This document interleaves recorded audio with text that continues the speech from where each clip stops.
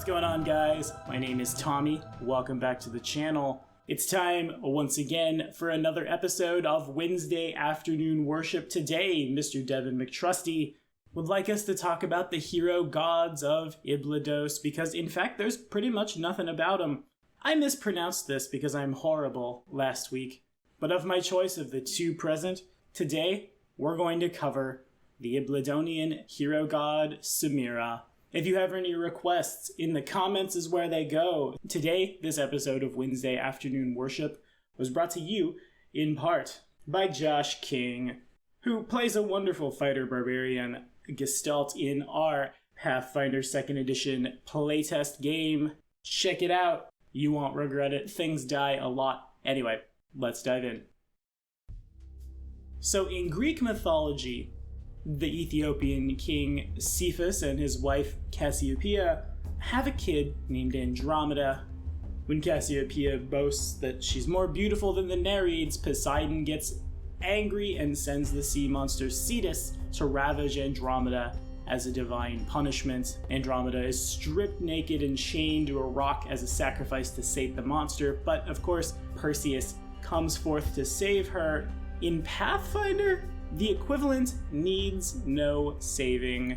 Before we get into SEMIRA'S lore, it's important to note that SEMIRA is what's known as an Ibladonian hero god. Though we don't necessarily see a sheet, has class levels, is immortal, but has achieved mythic rank and is able to pass out spells to followers. On the Isle of Iliassos, where SEMIRA lives alongside our other Ibladonian hero god, Cassiopea, a group of Cyclopses will hand out prophecies to people who are destined to become mythic, much like the Cyclopses once were, and upon fulfilling them, they become all-powerful.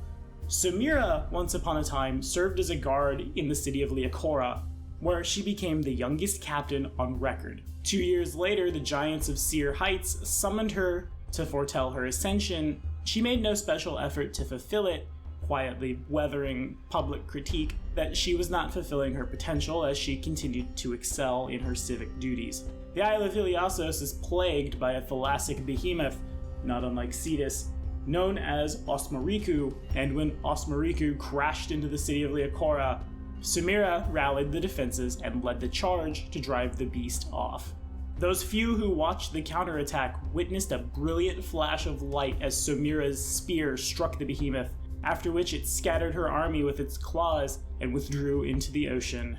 The city lay in ruins. SEMIRA was assumed dead, but she reappeared 10 years later in Iliassos, where she called for a closed meeting of the city's leaders and emerged as one of its oligarchs.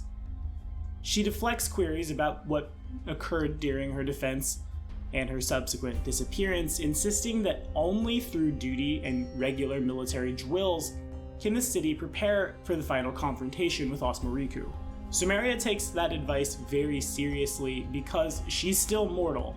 She can and will die of old age. She's not like Gazra or Iyomade. No, she is just like you and I, flesh and blood, and lots of dice from surging, but different story. SEMIRA is lawful neutral. Her domains are law, war, and weather, with the subdomains seasons and tactics. Her favorite weapon is the Doru, and since I'm assuming we've never heard of that one, that also appears in Distant Shores right alongside our Ibladonian hero gods. It's an exotic one-handed melee weapon that deals 1d8 points of damage with a critical multiplier of ×3, a range of 20 feet should you want to throw it, and the brace property, so a one-handed spear. The maximum spell level she can provide, because again, mythic ranks, is 8th, and her symbol, 3 Dorus, with swirling blue, almost Caduceus-like energy wrapped around them, as you see here. Now, on to that sweet homebrew. Again, if you think you can do it better, it goes in the comments. To perform SEMIRA'S deific obedience, spend an hour in intense combat training, grueling physical exercise, or something similar. If you have like-minded companions, instruct them in the ways of phalanx warfare, and see to it that their daily training is just as intense as your own. In return, you and allies that qualify gain the swarming racial trait, but only while you or potential allies wield shields. Exalted boons grant us lead blades 3 times a day, bark skin twice a day, or haste once a day. At level 16, any teamwork feats you possess are shared with any ally who occupies your square via swarming. In addition, you and all adjacent allies who wield shields gain DR over everything equal to the enhancement bonus of the shield equipped. At 20th level, anytime you are adjacent to an ally with a shield, you and your allies add your con modifier to CMD and your armor class, because we gotta make the phalanx hold, right? There's nothing more con-based than a bunch of dudes running at a bunch of dudes with shields and slamming into those shields, and you have to stay standing and push back with the shield. That takes endurance, and so that endurance should be rewarded. Sentinel boons. It's magic weapon 3 times a day, long arm twice a day, or grease once a day. There's a pun in there somewhere that I'm just now realizing. Well done, Tommy. Anywho, 16th level. When you ready in action to attack a creature that is not adjacent to you, double the threat range of any weapon you wield. In addition, you may attempt a free sunder, disarm, or trip combat maneuver against any enemy you hit with such an attack. And at 20th, when you ready in action to attack a creature that is not adjacent to you, the attack deals double damage, or triple if it has the brace ability, like a spear. Evangelist boons. It's alarm 3 times a day, long strider twice a day, or tiny hut once a day.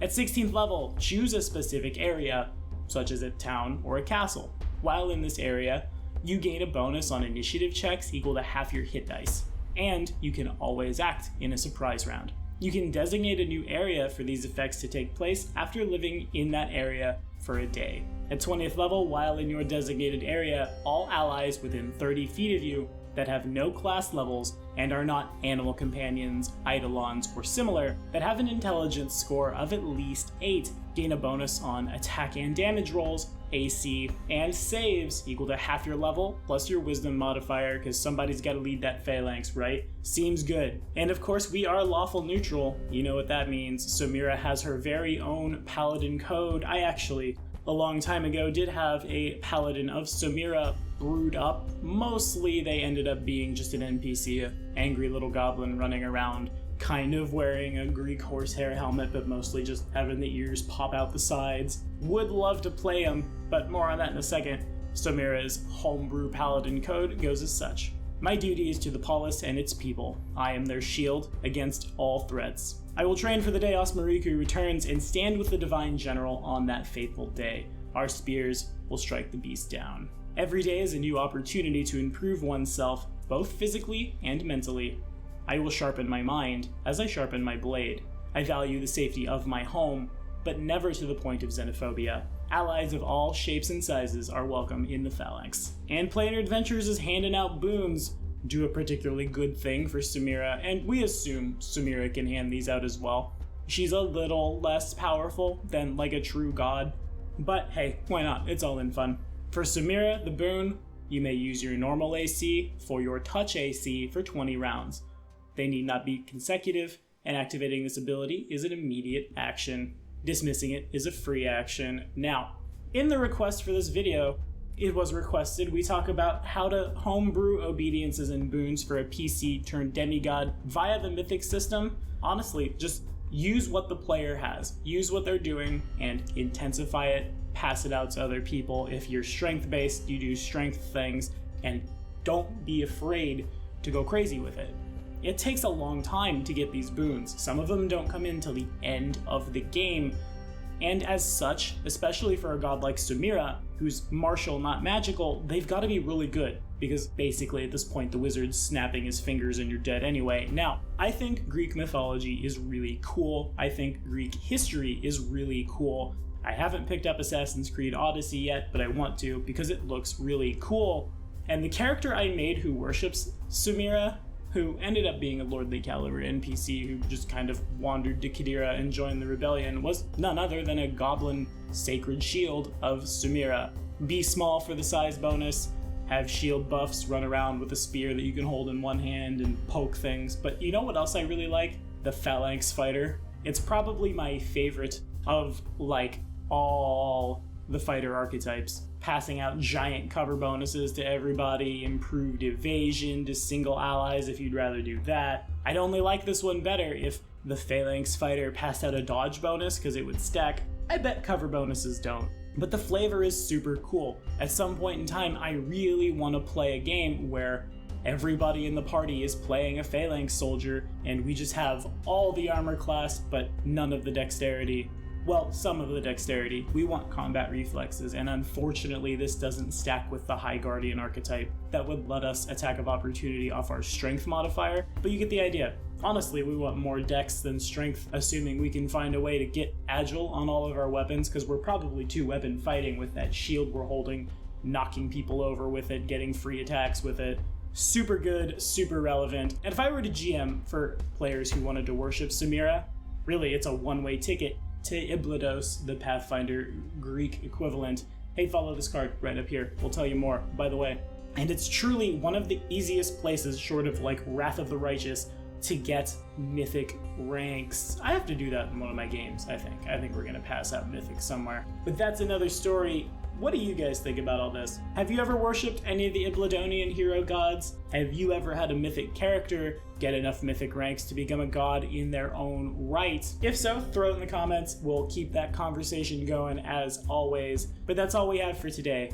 Thanks for watching, guys. We're actually going to a full Pathfinder god who needs no homebrew next week. Super stoked. Finally, the request line has taken us to one of the few remaining core deities. Next week, it's Irori. See you then.